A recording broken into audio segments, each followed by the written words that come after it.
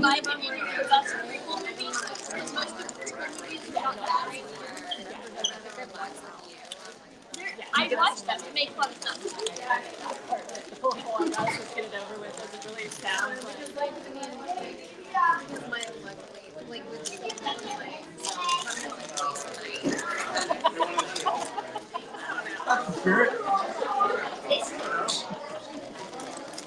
I'm telling you, like the people that are not a crazy but horrible. It's a full crowd. Wait. What do you mean?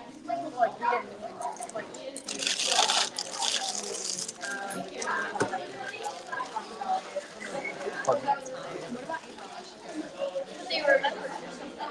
Yeah. Great. Pretty good. I love the Orlando Public Library one was really good. Because it was the Orlando Public Library. People would just come by And they have to bring the lights on it. yeah. If you could get that venue again.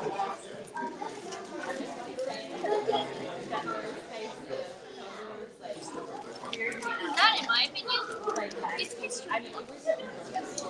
People are going to be drawn to the library. These were good stories. Yeah. was that a photo of Also, it was the first live show. Yeah. Usually with the first show, there's like I think there were more mistakes last one. yeah.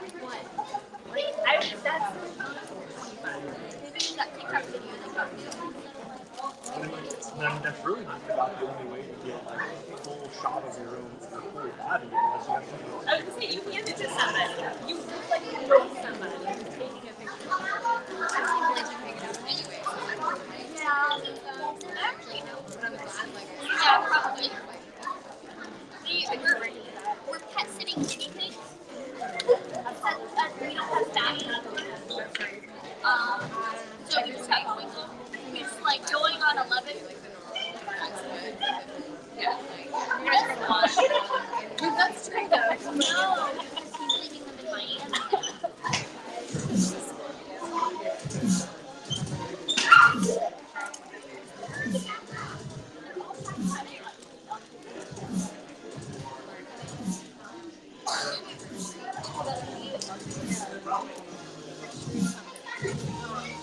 I just sit here because so I can sit here. I feel like my feet are set better.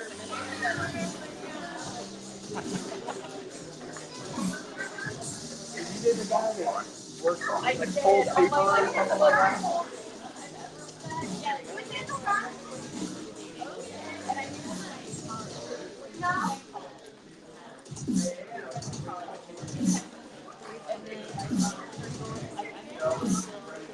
Yes, but I also figured out to sit here.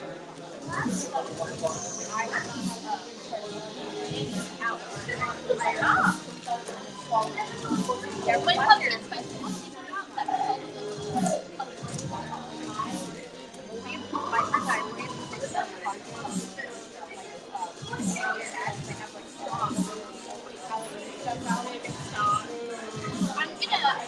I'm making my like feet based on cabins / cabins. I can't sort of, but less sneaky. It's like if you took all the ginger right off the top. Okay. And so I'm doing that, but also it's like all this holiday decorating, and I'm gonna get a hug. My mom has a hug, and so I'm gonna put like little documents on it and like autumn things. And it'll also work really good for Christmas.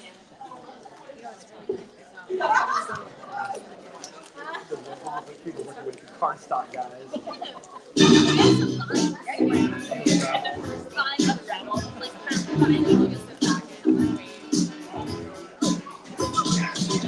Hello, ladies and gentlemen. Welcome welcome to a live on stage episode of History Bluffs. It's the truth is stranger than fiction. I want to welcome to the stage everyone put hands together for our historians. It's Alan and Gina and Darren. Give it up for them right there. Give it up for Casselberry because we have our peanut gallery. Welcome to Adrian and Melissa. At the children's table. And last but not least, Chris, our host. Come on out, Chris.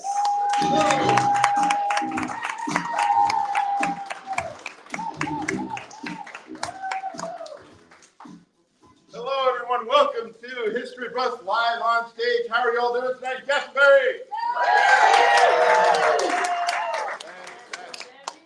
Thank you so much for joining us. A couple of quick general announcements. The exits are there, and behind stage are there. If we need to leave at any point, which we won't, after this History Bluffs show, we'll take an intermission, and the mall rat will come up and do some improv for you. So you want the mall rat? A couple of quick things about the venue. Classes are taught here by a combination of the Corner Gallery, Improv Troupe, and Four First Names. Classes here start on September 4th. There is a workshop here by a local supervisor named Sarah Drew on August 28th called the Liars Club Workshop. Information on all of that is available on our website, the Corner Gallery Improv. And then Orlando Weekly recognized SAC Comedy Lab and the Corner Gallery as number one and number two comedy shows in Orlando. That's comedy shows in Orlando.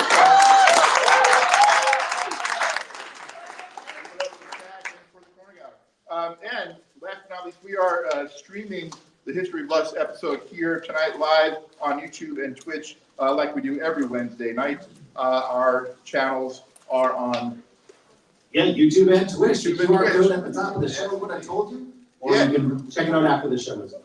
Fantastic. So let's get to it, shall we? Yeah.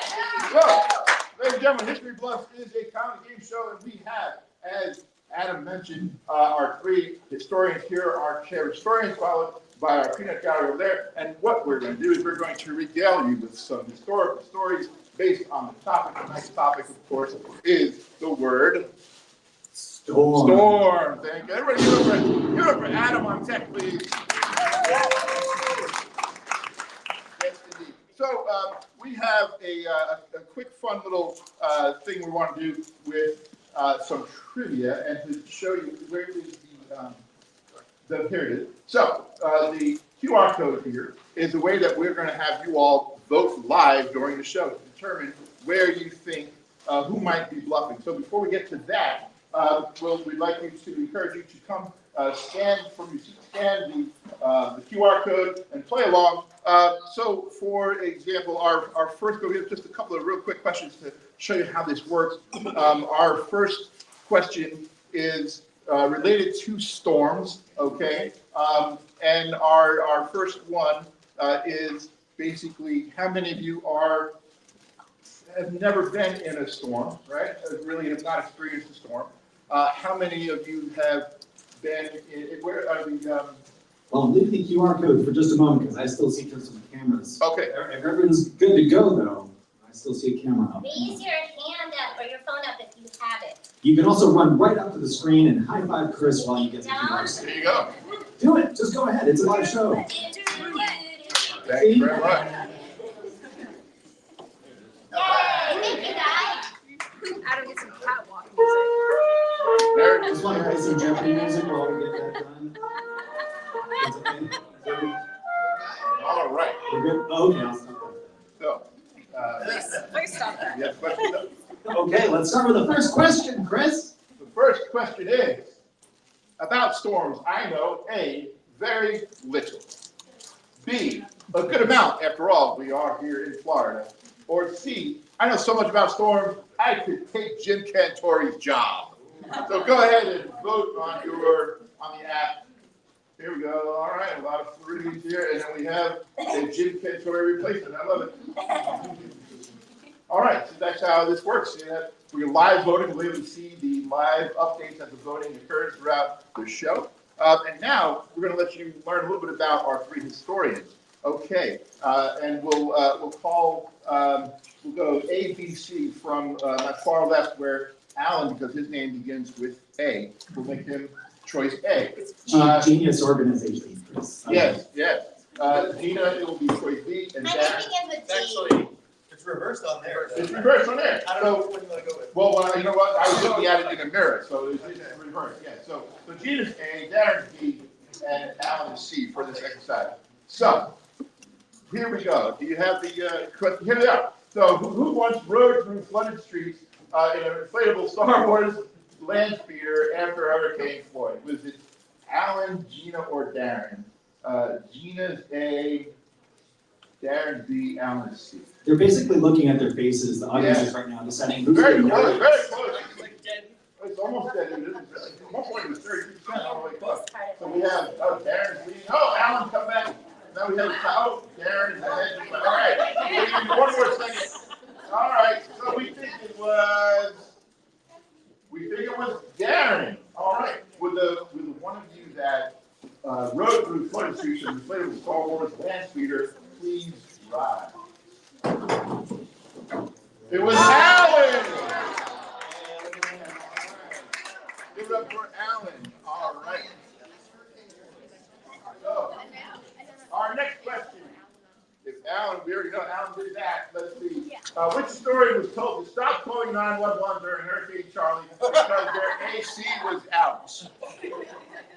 Was it Gina or was it Darren? Let's see.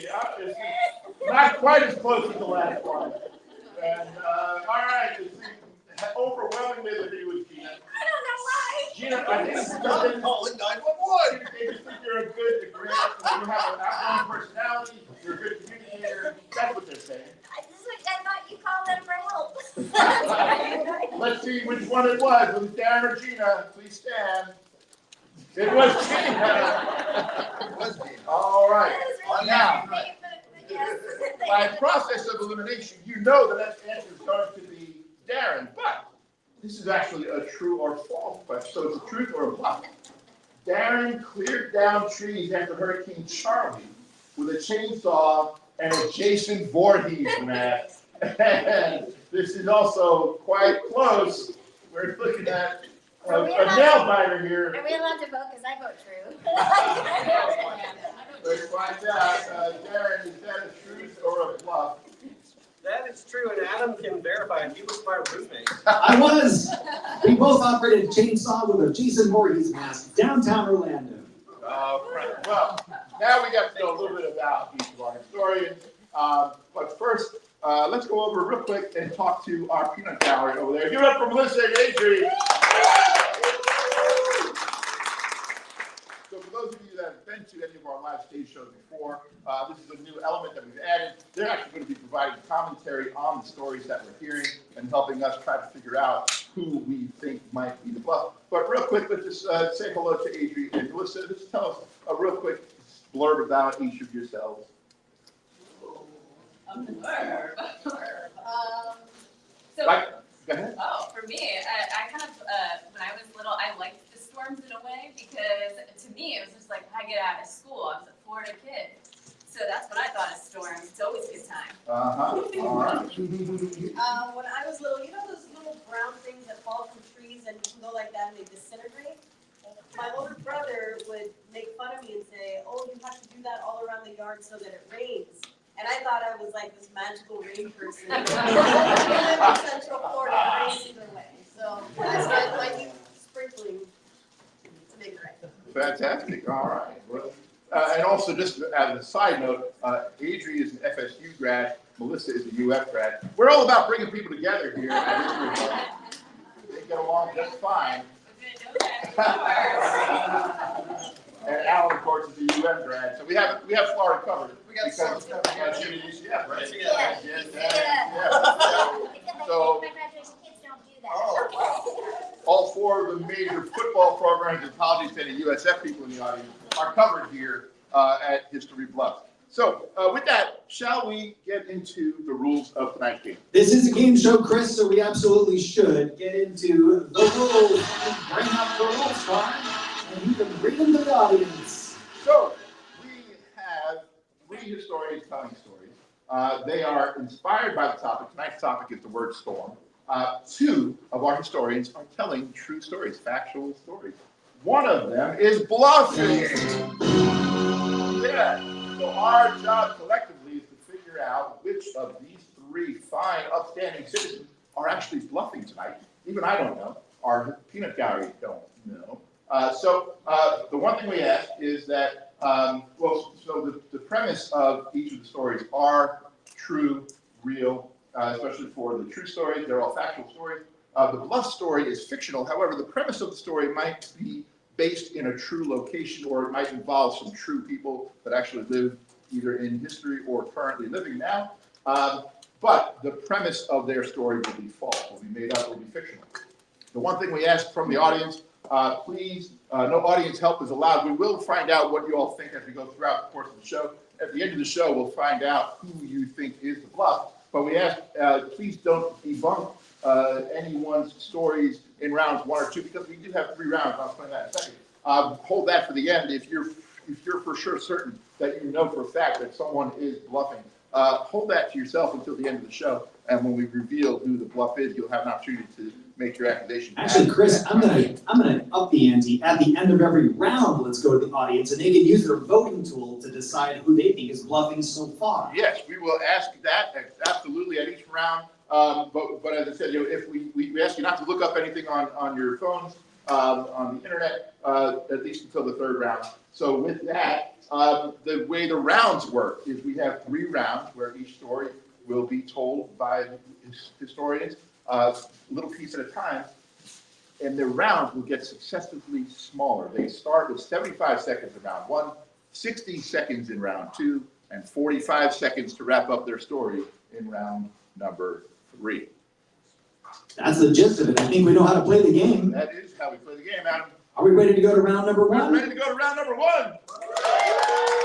Let's go to round number 1. All right. So we are going to start on my far left with Alan. Alan, please regale us with your story. I'm going to move away from the podium, give you the space. Have at it. All right, thank you. Alan, I'm going to set the timer, and you're going to trust me on that. I've got the clock, and your round 1 begins now. When the time came to reinvigorate the dying title of X-Men in the early 1970s, there was a proposal to make the new X-Men different from the original 5. Instead of 5 college-aged Caucasian students of a Connecticut school, there would be a diversity. There would be a lot of diversity. In fact, characters from Japan, Soviet Union, Germany, the Scottish, and those of middle age, but no one was representing Africa or the female gender. Enter Rochelle Davis, the daughter of editor-in-chief Michael Davis of Marvel Comics in the early 1970s. She had the idea to not only represent a female, but a strong female native to Africa. She wasn't a damsel in distress. She was worshipped as a god. She thought if someone had the power to control the weather, that person could solve world hunger. Rochelle imagined a goddess worshipped in Kenya who could bring rain to desperate farmers. Michael Davis loved Rochelle's idea so much he demanded writer Len Wein to include her in the comic book. The character's name was Storm. Michael's nickname for Rochelle was Ro, and according to Rochelle, she was inspired by her teacher, Mrs. Monroe. Michael Davis asked, could you call her Ro Monroe? And Len's reply was, what about Aurora? Sounds African to me, said Davis, and a character was born. Give it for Alan. All right, thank you, Alan. We're going to jump over to the peanut gallery. What's any comments from you all on Alan's round 1? Well, I found a lot of similarities between his story and the story that I told when I was giving a little bit of, making it rain and collecting rainwater and stuff. So I feel like he kind of pulled that out of nowhere. All right, okay. Did you say he just copied you? Just that. Yeah. Just that. I wrote that whole thing. I mean, Adrian's a true hero, so it makes sense. Yeah. Yeah, no, I'm waiting for kind of some more details become unmatched about this superhero. All right, and Gina, any comments, Gina, on Alan's opening? Yeah, because I think that he just pulled the name and he said that the person that played the character, they called her Ro. And I think you just got that because you did your little boat during that hurricane. And I think that's where your ideas are coming from, so I call bluff already. I'm making it right now. A bluff call in round one?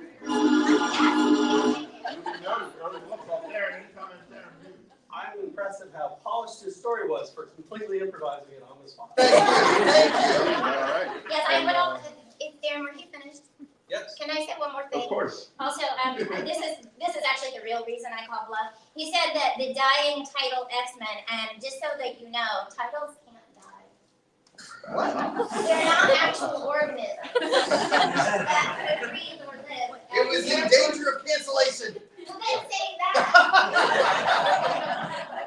I will give Alan a point for one piece, and that's the name Rochelle. For anyone that is a fan of Seinfeld, there was an episode where Bette Midler guest starred, and she was in a play on Broadway called Rochelle. So I don't know if that makes your story true or not, but you get 1 point from here from me. There you go. And of course, History Bluffs is a game show where the points are worth nothing. So, but you're welcome. There we go. All right. With that, we have heard from our first historian. So round tracker 3000 here. We have one of these lights filled up now. So as we go through each successive round, you'll see those dots get filled in as we go. So that means our second historian, ladies and gentlemen, please give it up for Gina!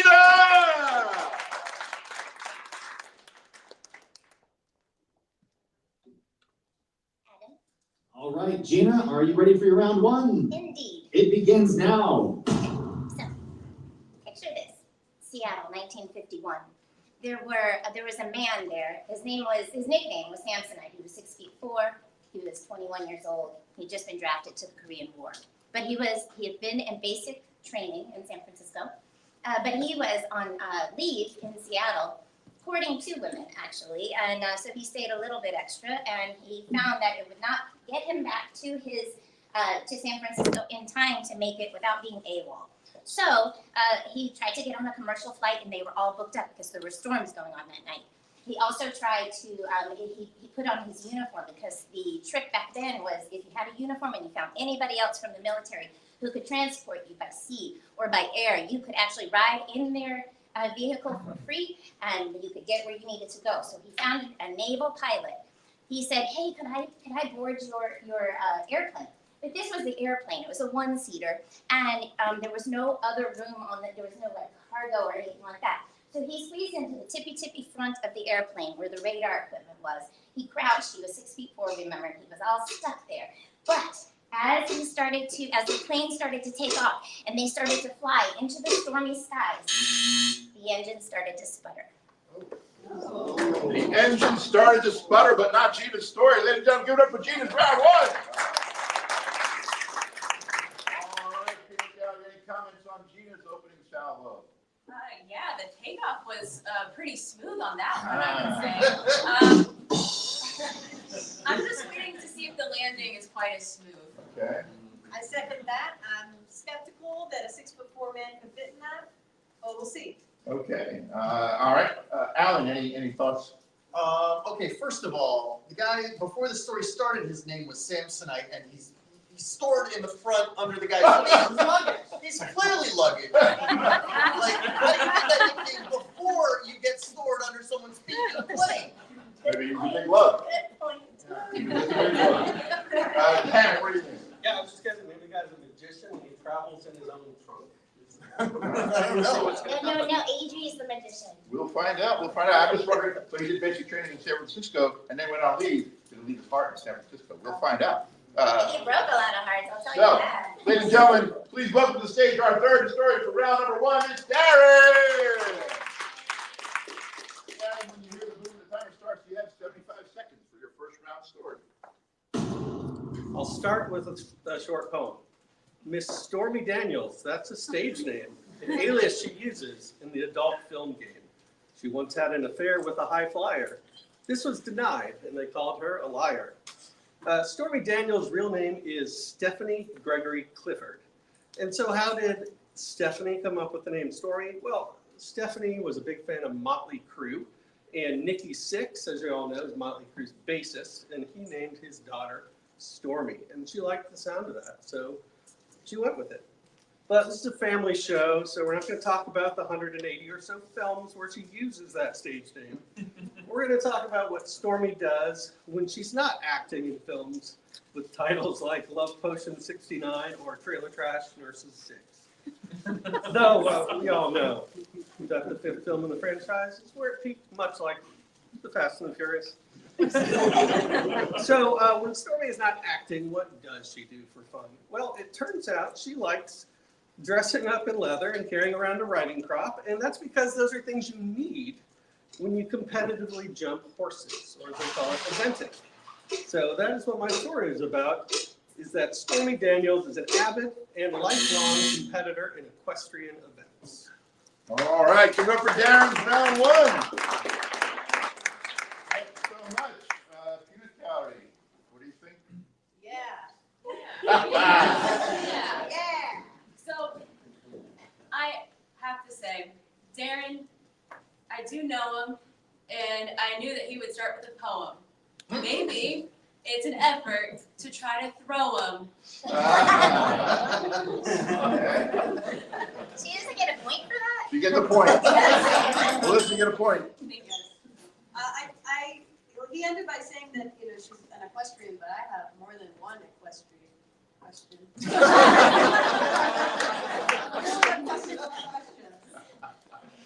Gina, what do you think? I think that in addition to her powerful legs to hold on to that horse, she would also have to, no, I do, actually, I read this about her, that she does equestrian events and things like that. She is not at the Olympic level, which is why we didn't see her in France. But that is all. She wasn't. This is very much all I know about her so far. So I will say, because of the poem, I do not consider Darren's story a bluff yet. So no accusation this round for Darren, just for Alan. Reserve the right to hold that until later. Alan, any comments on Darren? I knew nothing about her horse jumping, but her being named after Nikki Sixx's daughter seems quite a leap. Oh, no. Well, Stephanie Gregory Clifford, all first names, Christopher French Barry has no problem with that. Maybe she could do your other show. She could. Indeed. So, you know what that takes us to the end of? That's the end of round 1, which means it's time to go to the audience. It is, my friend. Time to go to the audience. Now, you guys have the app loaded. So far, who do you think might be the bluff? Let's see where the audience. Ooh, right now, right out of the gate. Right out of the gate. Right. Still doing horse fun. And here we go. A little bit of movement and loading. Yeah, but wait, what? It's not an indictment of you. It's just an indictment of your story. And remember, truth is stranger than fiction. That is correct. Let's see. All right, we've got a lot of movement, a lot of folks coming in here. So we're still going. We do have a couple of abstentions. Oh, it's going away. People don't want to throw away their vote. This is a much more entertaining version of C-SPAN that I'm watching right now. All right. It's like watching water boil. It is. So we're landing momentarily. We still have. There's less than 1,000 people in the room, so I don't know. All right. So there you go. Thank you very much. Thank you for changing their votes to get it to shut up. So here we go. We clearly have Gina as the leader in the clubhouse after round 1 in terms of who the audience believes so far might be unbelievably bluffing. So with that, Adam, it's time. I think it's time to go to round number 2. So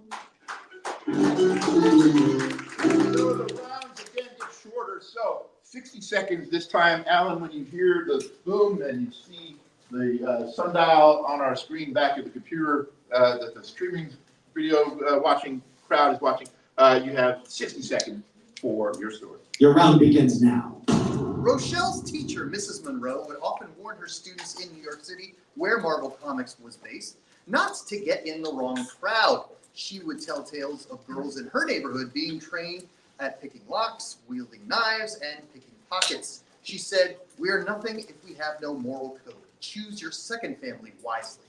All of these aspects made it into Storm's character.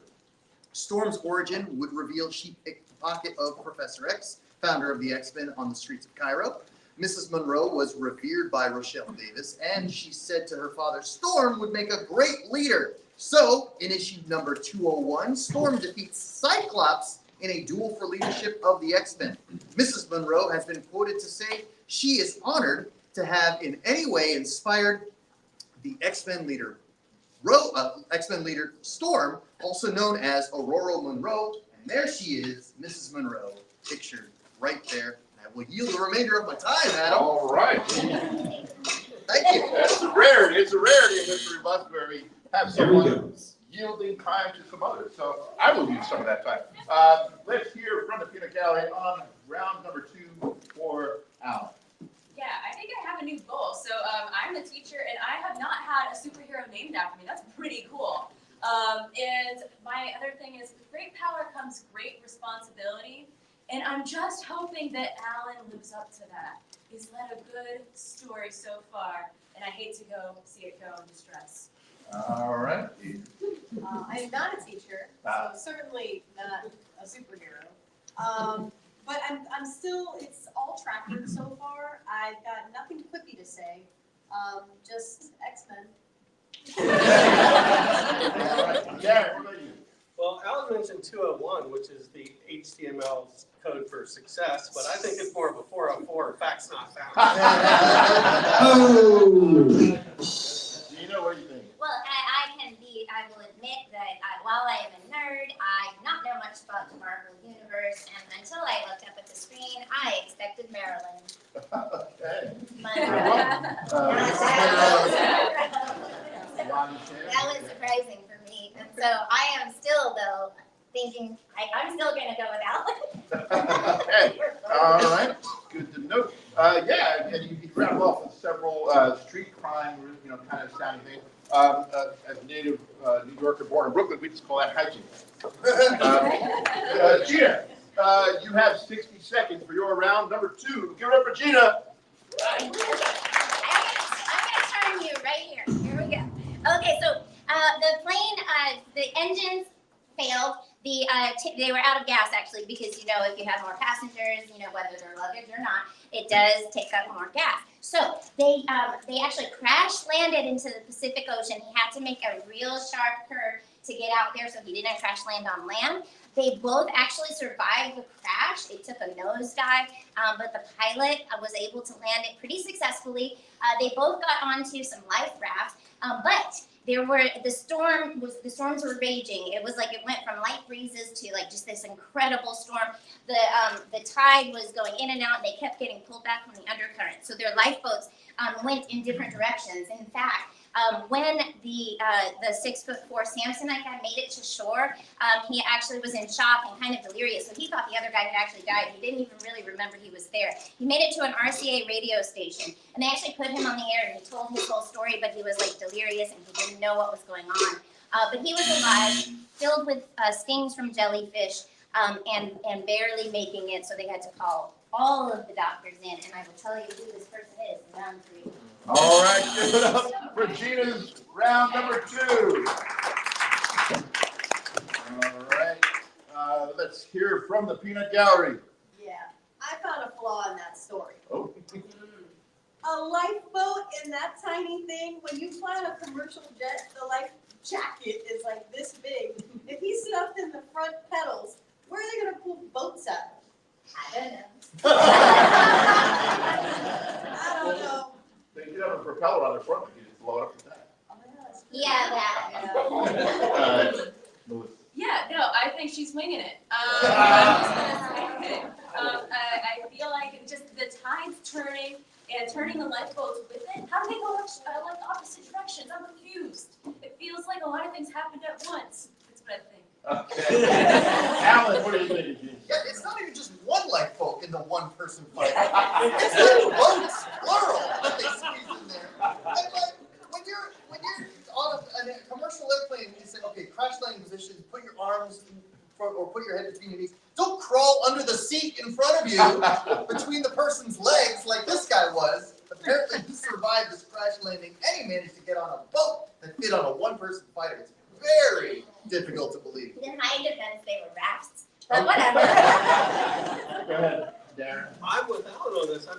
was sitting there back at the Pentagon going, you know what? Instead of filling this warplane with bombs, let's fill it with life rafts. Safety first. Safety first. Perhaps, You know just the a other thought. government. Perhaps they could do both.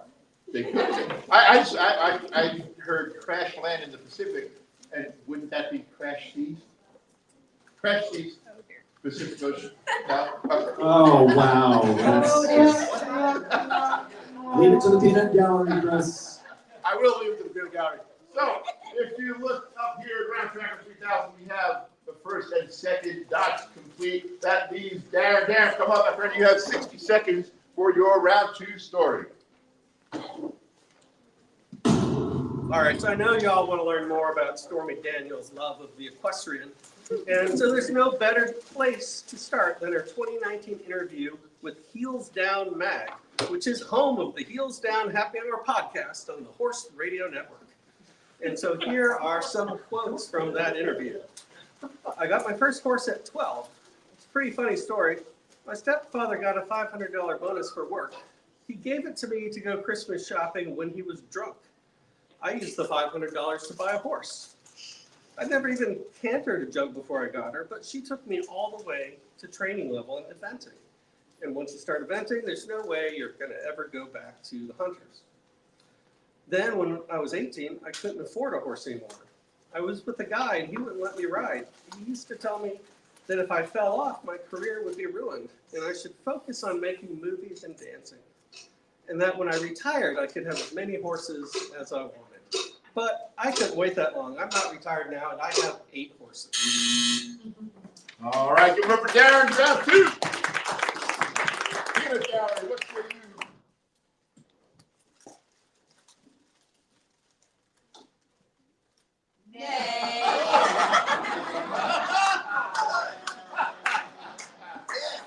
All right, Gina, anything to add? Yes, I would like to invite you all, whatever night this happy hour thing happens, that we all pick up a beer and listen together. Because that Heels Down Happy Hour podcast, I love it. On the Horse Radio Network. Okay. And I will take my heels off, put them down, sit down, crack it open, and get started. That's Alan, any comment? I was told horses are for rich people.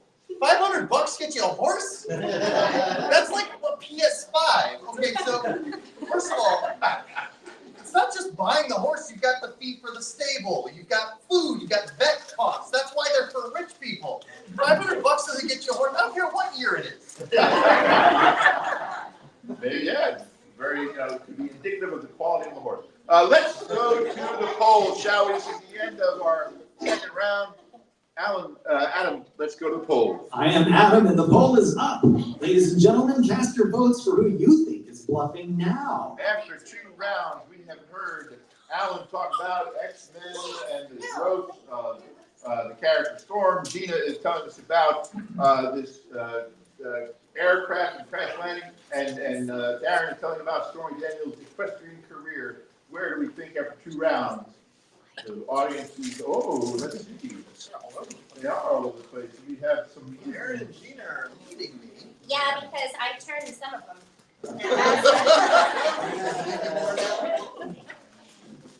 You've been very smart. All right, let's see this. Darren's slate. So we have more people who think Darren's bluffing. Very close. Gina's a very close second. Alan, you seem to be in the clear so far. Let's see. All right, a couple more seconds. Oh, it's virtual tie right there. Let's see where we're going to land. 3 more seconds. I think we've just about got enough info. We do, and we're calling it right there. 45 to 40. Polls are still coming in, but we'll come back. But slightly, so far, slightly Darren. I think Darren's bluffing a little bit more than Gina. It's a horse race out It there. is a horse race. Well done.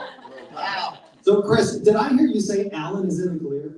Well, so far. Well, that's interesting because if he's bluffing, that means he's going to win the game. Oh. What?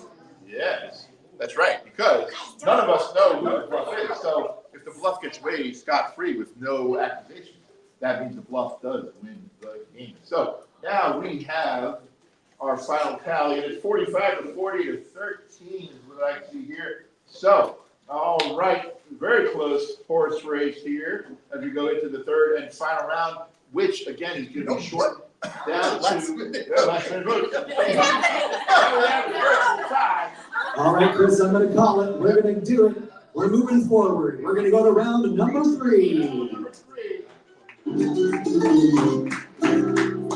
we once again shorten the round. This time it's 45 seconds for the concluding portion of each of their stories. Alan, you have the floor. When you hear the gong, you have 45 seconds before you. When you're ready, Adam. Halle Berry was very excited when receiving the news she was cast as Storm. She traveled to Kenya to perfect the accent and even went on a tour with storm chasers in the southwestern United States. Halle Berry was very excited when she heard Storm's origin from the comic books. She was enticed to learn the character was destined to lead the X-Men. She even had the pleasure of meeting Mrs. Monroe after the first X-Men movie was released. And as fans of the movies would know, Storm would be an extremely underutilized and an afterthought. And the Academy Award winning Halle Berry, her talents were largely left unutilized. And there she is, pictured in all of her X-Men movie appearances. Thank you. Give it up for Alan. Let's go right to the peanut gallery. What do you guys think of Alan's conclusion? Well, I feel like just adding Halle Berry in at the last minute, I don't know. I keep searching for some sort of kryptonite or something in this story, some sort of weakness. And I'm worried that Halle Berry might be the distraction, might be the thing. I don't know. All right. That's my thought right now. I'm just bothered that they still call it X-Men. There's clearly. Yeah. Yes, good point, good point.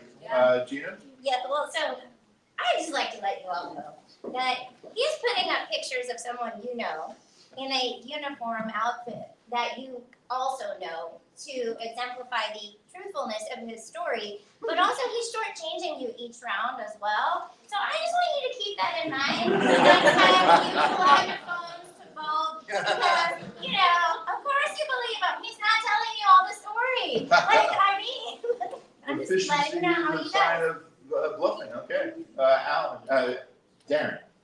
Well, this thing about storm chasers just got me thinking. I just saw the new Twisters movie, which is pretty great, but it would have been even greater if Halle Berry was riding along. That's true. Good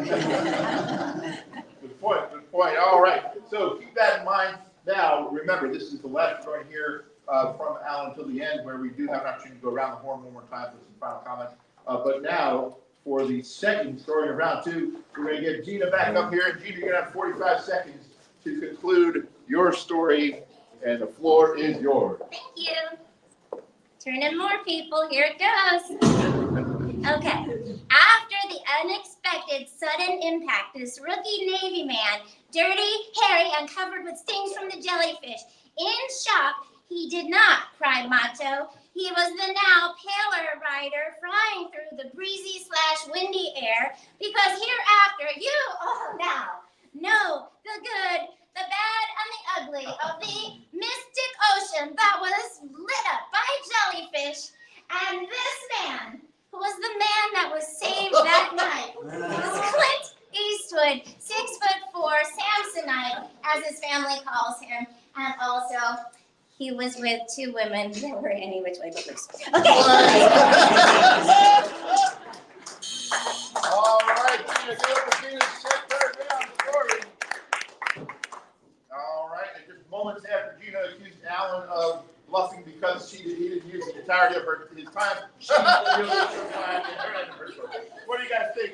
And she also used a famous person at the end. I didn't say it's not a good tactic. What do they call that? Distraction. Of those 45 seconds, 35 seconds were descriptive words. Does anybody in the audience know what I was doing? Naming us movies. Yes, I was naming all of the movies. Yes. Thank you very much. Darren?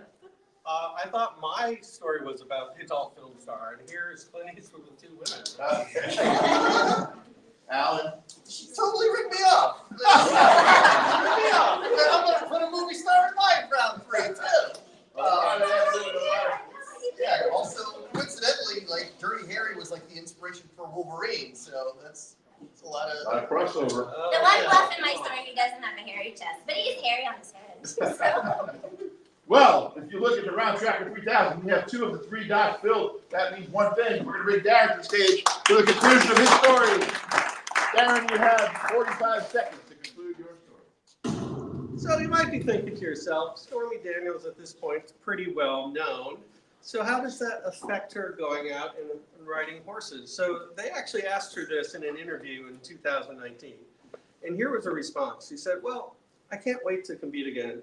It was never an issue before going to shows, but now I don't show under the name Stormy Daniels. And anyway, when you're in a helmet and all the gear, it's harder to be recognized. But I guess I am kind of flamboyant. All my horses have my signature lightning bolt shaped into their butts. And then in a 2018 article in Horse Sport, they say that Stormy actually rides under the name Stormy Crane.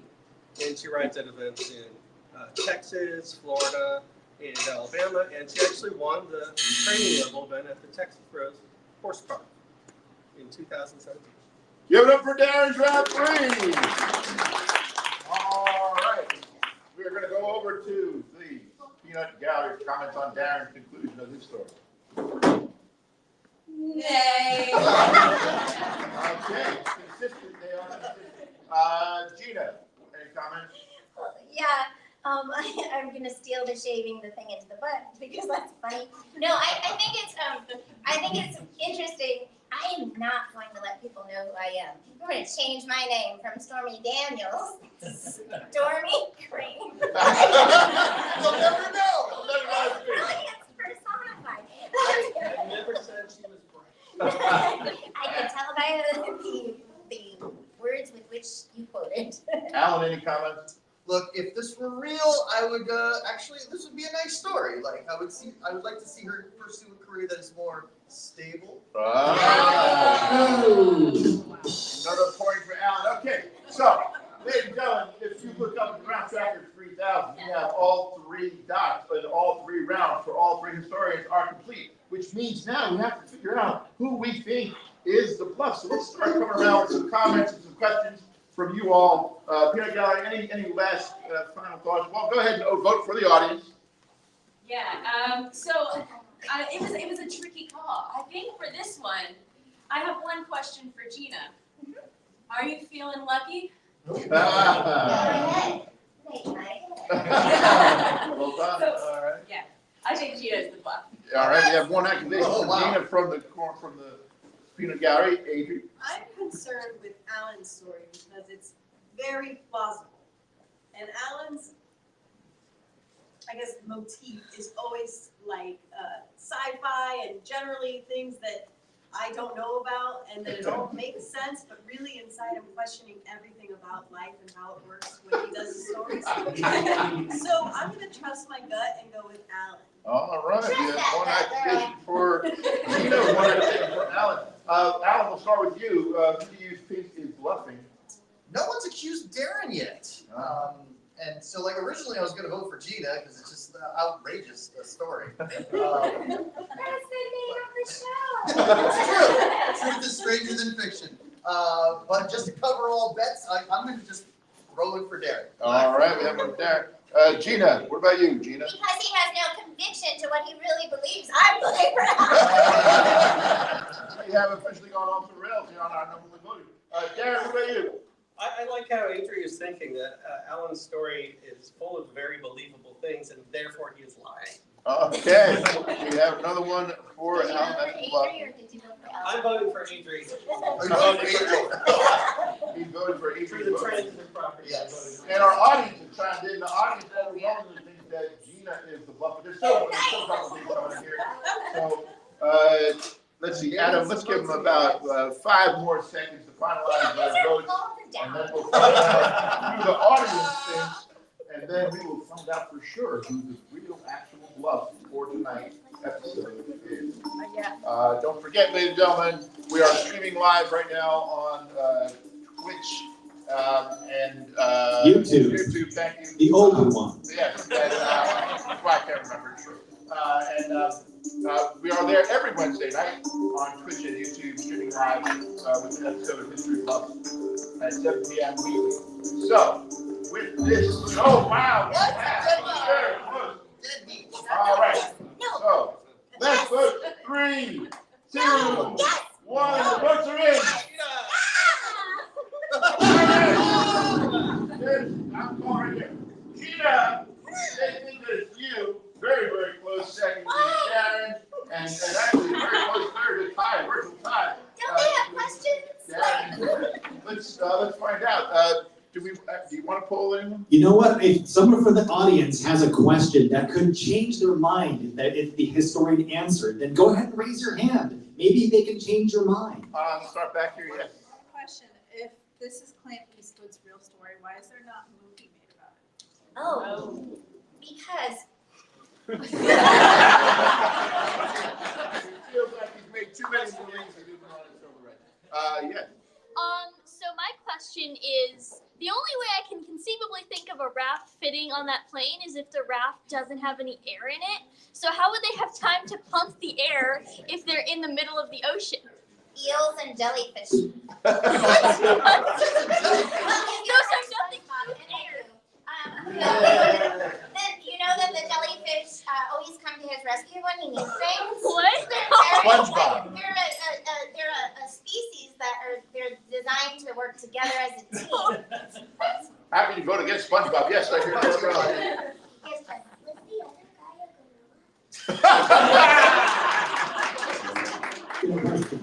Was the other guy a gorilla? No, that's a great question though, because I can see, and I understand your confusion. That is actually from one of his movies where he actually, he played, he was in a movie with a gorilla. Orangutan.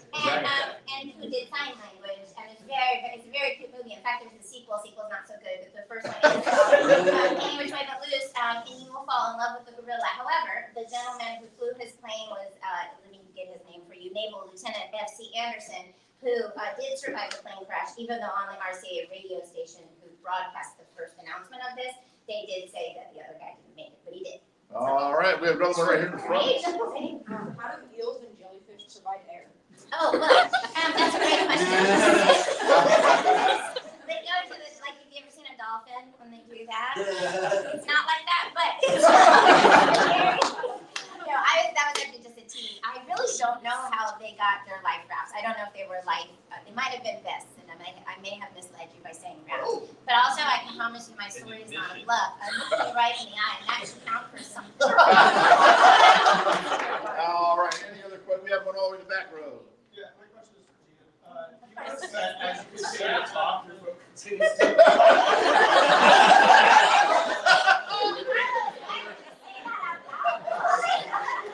Democracy speaks. Over the pit row. Why'd you put a picture of a gorilla in him if it's not funny? Was that just to make us think that too? No, it was so that I could do my final pun for the show. Yeah, it really was, because that was the name of the movie. So, and you're too young to know what a loose girl is, and so, but anyway, yes, it was like a bookend for this story. I believe in a good bookend. Yeah. We just read like the beginning, not just the end. All right. I can't believe my story about an adult film star is the whole story.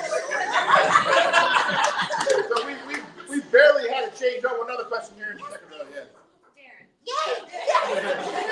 Your third photo. Yes. My And third why photo? it looks like a Greek statue face. Yes.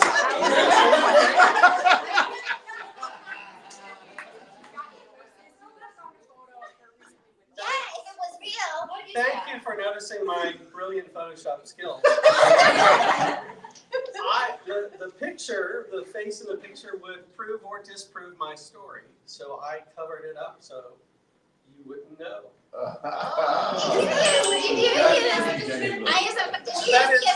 That is our theme of Valentry. Okay, it is. Yeah, one more Yes, question. follow up. What about, like, Clint? He's got stuff in his movies. Yeah. Who's got the orangutan? We have the orangutan there. She's no good at Photoshop. All right, we have overwhelming moves that the audience now. So it is time, Adam. Yes, it is. I am the only person in this room, other than the bluff themselves, who knows who's bluffing. So I have decided it's time to reveal the bluff. You've all been waiting for this moment. Was your bluff Was it Darren? Was it Gina? Or was it Alan? Get ready. The Bluff. To tell you about Storm, it was Alan.